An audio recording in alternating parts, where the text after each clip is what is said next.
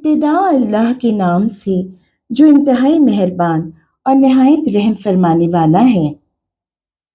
तबाही है नाप तोल में कमी करने वालों के लिए, जिनका हाल ये है कि जब लोगों से लेते हैं तो पूरा पूरा लेते हैं, और जब उन्हें नाप तोल कर देते हैं तो घाटा देते हैं। क्या ये लोग नहीं समझते कि ये उठा कर लाए जाने वाले हैं एक ऐसे बड़े दिन जिसमें सब लोग रब्बिल आलमीन के सामने खड़े होंगे? हरगिज नहीं, यकीनन बदकारों का नामे आमाल कैद खाने के दफ्तर यानी सिज्जीन में है।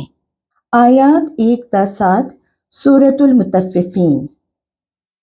और नाप तोल में पूरा इंसाफ करो। आयत 152 सूरतुल अनआम। पैमाने से दो तो पूरा भर कर दो, और तोलो तो ठीक तराजू से तोलो। यही अच्छा तरीका है और बलिहाज अंजाम भी ये बेहतर है। आयत नंबर 35 सूरह बनी इसराइल। इंसाफ के साथ ठीक ठीक तोलो और तराजू में डंडी ना मारो।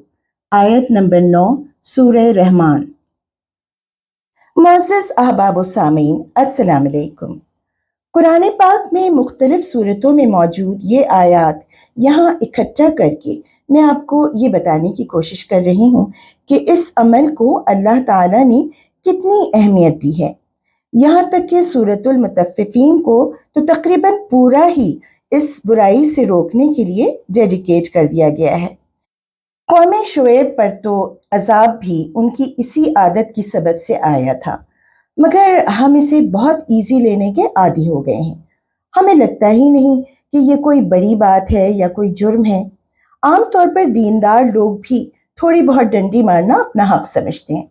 हालांकि देखा जाए तो ये इंसानी किरदार पर एक बदनुमा दाग की हैसियत से नुमायां होता है। लोगों का एतबार ऐसे शख्स पर से उठ जाता है जो धोखे के साथ लेन देन का मामला करे। और ये सिर्फ अशिया के नाप तोल ही से मुतालिक नहीं, बल्कि आजकल तो कारोबार की भी हज़ारों अक़साम हैं, जिनमें ऑनलाइन डील्स भी शामिल होती हैं और ऑफिशियल कॉन्ट्रैक्ट्स भी होते हैं, जिनमें बहुत आराम से दूसरी पार्टी को चूना लगाया जाता है। स्पेशली आईटी के सेल्स डिपार्टमेंट का पूरा इन्हिसार ही झूठ और धोखे पर है, और जो कमी कसर रह गई है वो गुजरते वक्त के साथ पूरी हो जाएगी, क्योंकि गुनाह एक जगह पर रुकते नहीं। जब हम किसी एक बुराई को दोहराते रहते हैं तो वो बुराई हमारे लिए बुराई नहीं रह जाती, फिर उसमें मजीद आगे बढ़ना आसान हो जाता है। तभी अल्लाह ताला ने सजाएं मुकर्रर की हैं ताकि बुराइयां मुआशरे में फैले नहीं।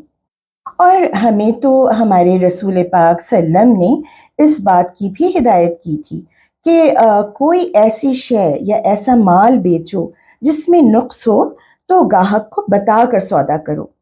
आजकल ये हमें बड़ी फार फेचड स्टोरीज लगती हैं। भाई कौन करता है ऐसे, और कोई घाटे का सौदा आखिर करेगा ही क्यों? मगर उस वक्त हम ये भूल जाते हैं कि घाटे का सौदा तो हमने कर ही लिया अगर धोखे से माल बेच दिया तो, क्योंकि ये वक्ती नफ़ा हमें हमेशा के खसारे में मुब्तला कर देगा। अगर हमने सच्चे दिल से तौबा करके इसकी अमली तलाफी ना की तो।